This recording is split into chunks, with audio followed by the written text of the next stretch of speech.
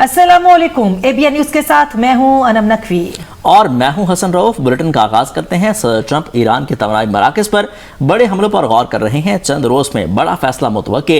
अमरीकी मीडिया का दावा, रिपोर्ट्स के मुताबिक ईरान के बिजली घरों और रिफाइनरी समेत तवानाई तंसीबात को निशाना बनाया जाएगा। मुमकिना हमलों का मकसद ईरान को जंगबंदी मुज़ाकरात में अमरीकी शराइत तस्लीम करने पर मजबूर करना है। नए हमले इसराइल के साथ मिलकर किए जाएंगे। पेंटागन का खबरों पर तबसरा करने से गुरेज। सीनियर और ईरानी ओहदेदार ने सरकारी मीडिया से गुफ्तगू में खबरदार किया कि अगर अमरीका ने ईरान के बुनियादी ढांचे को निशाना बनाया तो इसराइल और खित्ते में मौजूद अमरीकी अड्डों पर भरपूर हमले किए जाएंगे।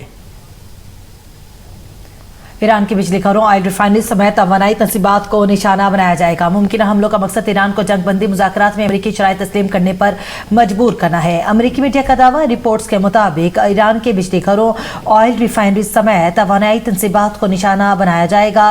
मुमकिन हमलों का मकसद ईरान को जंगबंदी मुज़ाकरात में अमरीकी शराइत तस्लीम करने पर मजबूर करना है। ईरान का मुस्तकबिल ईरानी अवाम खुद तय करेगी। अमरीकी और इसराइली जंग के दौरान अवाम साबित कदम रहे। ईरानी अवाम ही असल हीरो हैं। ईरानी सदर मसूद पज़ेश्कियान का एक्स पर पैगाम, कहा मौजूदा कशीदगी का आगाज उस वक्त हुआ जब इस्माइल हानिया को तेहरान में शहीद किया गया। उसके बाद से ईरान जंग, दबाव और मुसलसल दुश्मनी का सामना करता रहा, लेकिन तमाम मुश्किलात के बावजूद ईरानी अवाम ने साबित कदमी का मुजाहिरा किया और यही अवाम ईरान के मुस्तकबिल का फैसला करेंगे। बिल्कुल, ईरानी सदर कहते हैं कि ईरान के अवाम ही इनके मुस्तकबिल का फैसला करेंगे। ईरान के बुनियादी ढांचे पर हमला रेड लाइन है। ईरानी सुप्रीम लीडर के सीनियर मुशीर मोहम्मद मुखबर का अमेरिका को वाज़ेह पैगाम, कहा कि आप जंगी ताकत के हिसाब से सोचते हैं मगर हम तारीख की मंतक से जवाब देते हैं। ईरान के बुनियादी ढांचे पर किसी भी हमले से वो दरारें बेदार होंगी जिन पर गुज़िश्ता 250 बरस से अमरीकी बालादस्ती की इमारत खड़ी है। जब इस निज़ाम के सतून गिर जाएंगे तो ना कोई कमांड सेंटर बाकी रहेगा और ना ही लूट मार के लिए कोई बाजार। ईरानी वज़ारत ख़ारजा के तर्जुमान इस्माइल बकाई कहते हैं, हमेशा सियासी इख्तलाफात से बालातर होकर इस्लामी ममालिक के साथ हसने हमसायगी और बरादराना ताल्लुकात पर जोर दिया। क्या किसी मुसलमान मुल्क के खिलाफ फौजी जारियत करने वालों का साथ देना कुरान की तालीमात और इस्लामी अखुवत के मुताबिक है? अगर कोई मुल्क रिसालत मोहम्मदिया की बात करता है तो उसे पहले अपनी हुकूमत के तर्ज अमल को उन्हीं असूलों पर परखना चाहिए।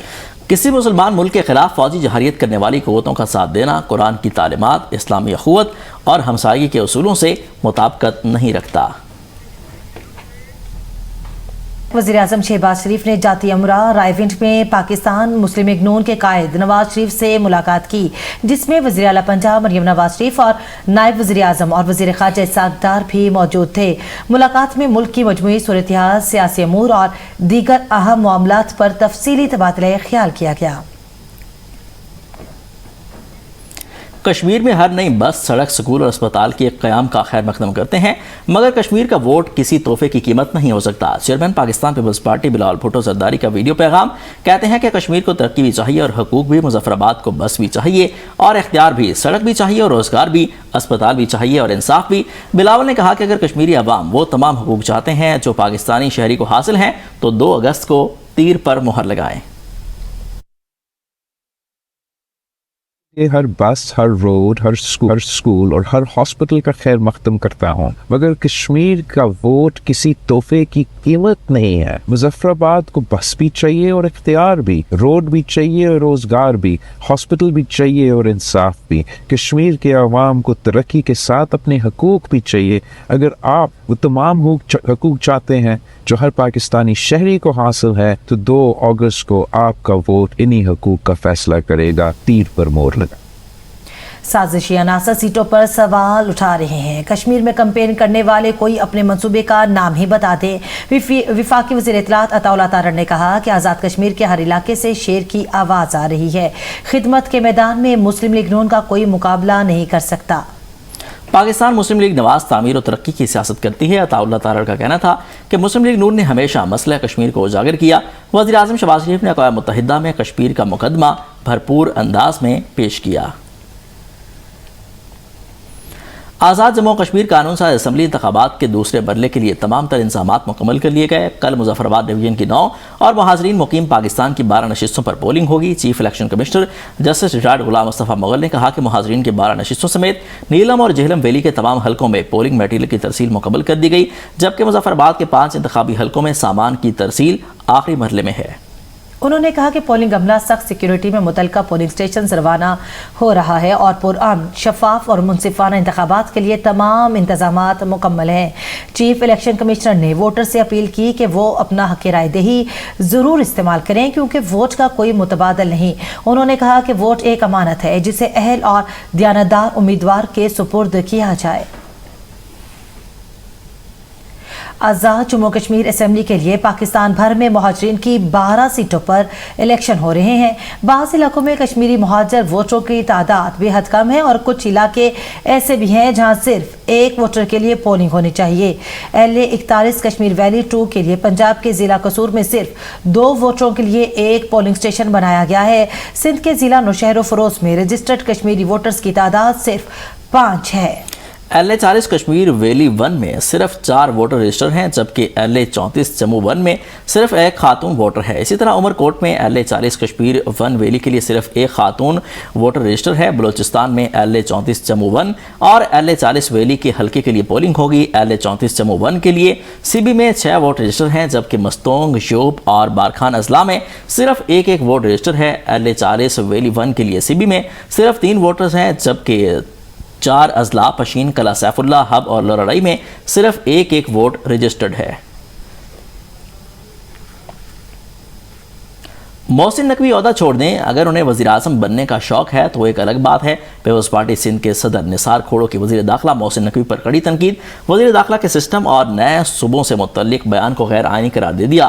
نثار کھوڑو نے کہا کہ ایک شخص کو خود وفاقی وزیر داخلہ کہتا ہے، وہ کہتا ہے کہ نظام بوسیدہ ہو چکا، کیا 22 صوبے بنا کر 22 وزراء اعلیٰ چاہیے؟ نئے صوبوں کے قیام کے لیے آئین میں واضح طریقہ کار موجود ہے۔ متعلقہ صوبائی اسمبلی کی 2/3 اکثریت کے بغیر نیا صوبہ نہیں بنایا جا سکتا۔ اگر نیا صوبہ بنانا ہے تو پنجاب میں بنایا جائے، جہاں ماضی میں قرارداد منظور کی گئی ہے۔ سندھ میں نئے صوبے کی کوئی ضرورت نہیں۔ MQM نے نئے صوبے کی حمایت کر دی، نئے انتظامی یونٹس کے قیام کو وقت کی ضرورت قرار دے دیا۔ چیئرمین MQM پاکستان ڈاکٹر خالد مقبول صدیقی نے کہا ملک میں نئے یونٹ بننے چاہیے۔ نئے صوبوں کے لیے سب سے پہلے MQM نے آواز اٹھائی۔ صوبوں کی تقسیم کا تقاضا ملک کا آئین کرتا ہے۔ ایسی جمہوریت کا کوئی فائدہ نہیں جس کا فائدہ عام آدمی کو نہ ہو۔ پاکستان کو مضبوط بنانے کے لیے اختیارات نچلی سطح تک منتقل کیے جائیں۔ سینئر رہنما فاروق ستار نے کہا کہ تمام سیاسی جماعتیں سر جوڑ کر بیٹھیں، یہ نظام بانس ہو چکا۔ پاکستان میں نئے یونٹس کا قیام ناگزیر ہے، ورنہ یہ گاڑی آگے نہیں بڑھے گی۔ سیاسی جماعتوں کو پاکستانی جنزی کے لیے راستہ چھوڑنا چاہیے۔ پاکستان کا کاکروچوں کو سیاست، معیشت اور معاشرت میں نمایاں کردار ادا کرنا چاہیے۔ وزیر داخلہ کو 4 سال بعد احساس ہوا کہ ملک نہیں چل رہا، جب تک اصلاحات نہیں لائیں گے ملک نہیں چلے گا۔ سابق وزیر اعظم و سربراہ عوام پاکستان پارٹی شاہد خاقان عباسی کی حکومت پر کڑی تنقید۔ کہتے ہیں پاکستان میں سرمایہ کاری نہیں ہو رہی کیونکہ کوئی پالیسی نہیں، حکومت صرف ٹیکس لگانا جانتی ہے، یہاں ہر سال نیا تجربہ کیا جاتا ہے۔ ملک میں بے روزگاری 21 سال کی بلند ترین سطح پر ہے۔ ہر پاکستانی آج 4 سال پہلے سے زیادہ غریب ہے، لوگ اہلیت سے کم سطح کی نوکری کرنے پر مجبور ہے۔ شاہد خاقان عباسی نے کہا کسان تباہ ہو گئے، حکومت زراعت کے حوالے سے کوئی پالیسی نہیں بنا سکی۔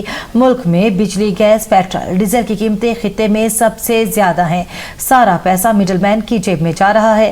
حکومت کے اپنے لوگوں نے بھی نظام پر سوال اٹھانا شروع کر دیے ہیں۔ جنرل ہیڈ کوارٹرز راولپنڈی میں چین کی عوامی آزادی فوج کے قیام کی 99ویں سالگرہ کی تقریب۔ ISPR کے مطابق چین کے سفیر جیانگ زائیڈونگ نے مہمان خصوصی کی حیثیت سے تقریب میں شرکت کی۔ فیلڈ مارشل سید عاصم منیر نے چین کی عوامی آزادی فوج کو 99ویں سالگرہ پر مبارکباد پیش کی۔ چین کی عوامی آزادی فوج کے دفاع، قومی ترقی اور عالمی امن کے لیے خدمات کو خراج تحسین پیش کیا۔ فیلڈ مارشل سید عاصم منیر نے کہا کہ پاکستان اور چین کی دوستی منفرد، آزمودہ اور ہر چیلنج میں مضبوط رہی۔ ISPR کے مطابق پاکستان کے مسلح افواج اور چین کی عوامی آزادی فوج باہمی اعتماد اور مشترکہ مفادات کے لیے تحفظ کے لیے پرعزم ہیں۔ چینی سفیر نے دہشت گردی کے خلاف پاکستان کی مسلح افواج کی قربانیوں کو سراہا۔ چین نے پاکستان کی غیر متزلزل حمایت اور دو طرفہ شراکت داری مزید مضبوط بنانے کے عزم کا اعادہ کیا۔